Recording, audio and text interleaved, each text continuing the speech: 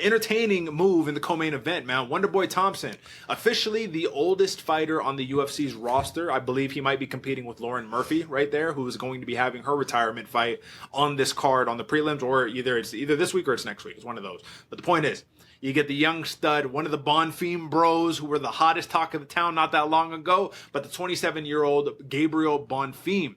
In a rare clash of styles right here. I mean, you got the coveted karate style with Stephen Thompson, and then you got the kickboxing, some would say offensive grappling intensive, but I have seen other things on tape. You got an interesting matchup right here, man. Does Wonderboy still got it, AJ? That's the first question right here. Does the man still got it? Let's not forget, you're coming off of 2 finish losses in a row, the Shavkat Rakhmonov and Joaquin Buckley. Not particularly bad names. What do you think? Not particularly bad names, Derek, but on paper, somewhat bad losses, especially that Buckley one. To answer your question, does Stephen Wonderboy Thompson still have it? It seems like he does, right? Like when you look at how he starts fighting and how things are going, he may have lost a little bit of speed, and the only reason he got cracked against Buckley. So if you really got to hit him hard to put him out, I mean, Stephen Wonderboy Thompson still has a game. But I do think, man, 42 years old? Yeah, 42 years old. It's hard not to see him slow down a little bit, and I think the outcome of the Buckley fight is going to happen more often if he keeps going longer and longer in his career. One thing that's interesting, though, is if you look at the total, Buckley couldn't find that punch. He couldn't corner him until the 3rd round. Midway into the 3rd round of the fight right here. This is only a 3-round fight. So again, 15 minutes. As long as it's within the 15 minutes, it doesn't matter.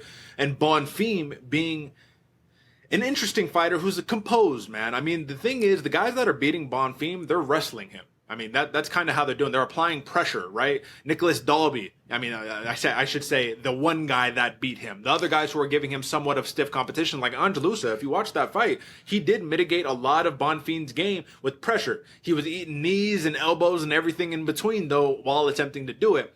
Thompson's going to do the opposite, where he's going to be circling around the cage. He's going to be nonstop moving, and that's the problem right here that I see. Can he still be that MVP-esque character, even though Thompson was the one doing this way before him, in the UFC that just is too tricky of a style to pin down and to land the big shot on? Obviously, like you said, man, slower. Buckley caught him. But do you see Bonfim having that same offensive approach and aggressiveness that Buckley had to actually catch him? Because if you're not doing that, it's hard to beat him. Look at Gilbert Burns, Bilal Muhammad, and Shavkat Rakhmonov. How did they win? Wrestling, grappling, right? What do you think?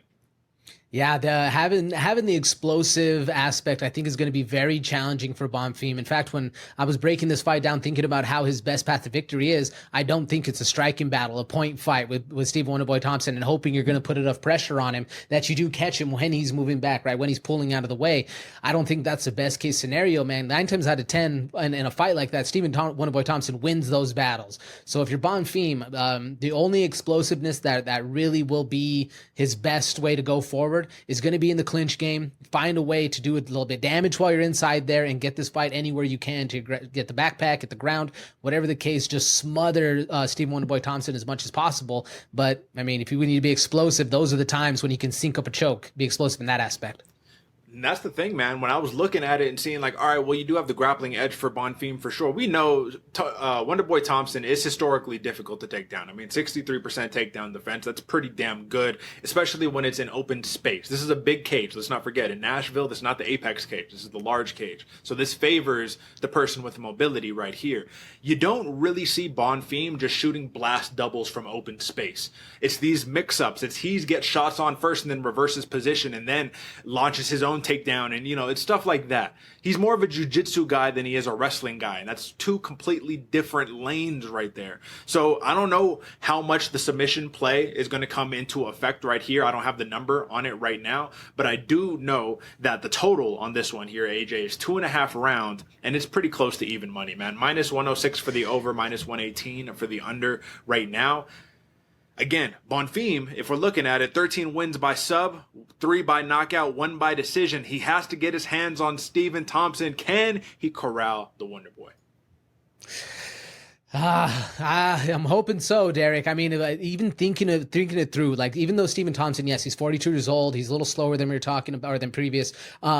He's still a puzzle that's extremely difficult to find, and just going off of any finish, I mean, the submission is the best and probably the only play if you're Bonfim. But again, you're right. Like I think the best work he's going to be doing it is in that clinch game. He's not going to be just smothering Stephen Thompson the whole time, keeping him down. It's going to be in the clinch game. It's going to be in those little weird transitions that keeps happening where Bonfim can find his moments.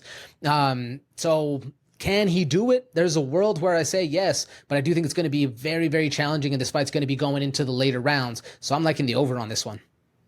Yeah, I'm going to take the over on this one too. And even though I just played devil's advocate and I gave all of these points for the crafty Stephen Wonderboy Thompson, Bonfim, man, 27 years old. He's got youth. He's got motor.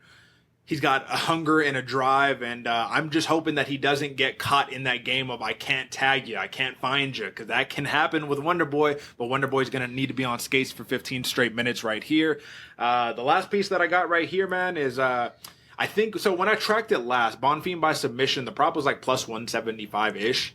Stephen Thompson has only been submitted one other time. I don't know what the number is tracking currently right now, but I plus think that this is a 130. live... Plus 130. Oh, sheesh. Okay, so they like it for Bonfim. I don't know if I would bet it, but this is my point. I think that this is a live betting situation right here. As you can see, AJ, the line is heavy on Bonfim, minus 425, plus 325 comeback for Thompson. You do not take Thompson outright as a hedge. I think you bet Bonfim, even though this is pretty steep. I think he's the right side.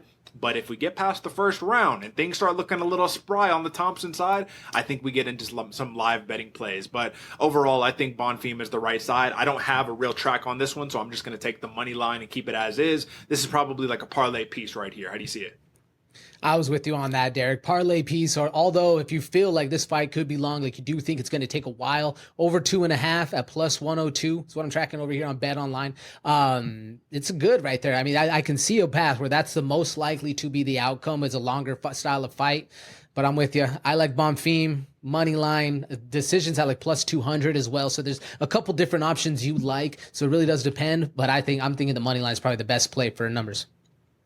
All right, that's fair. Let's keep it pushing right here, man.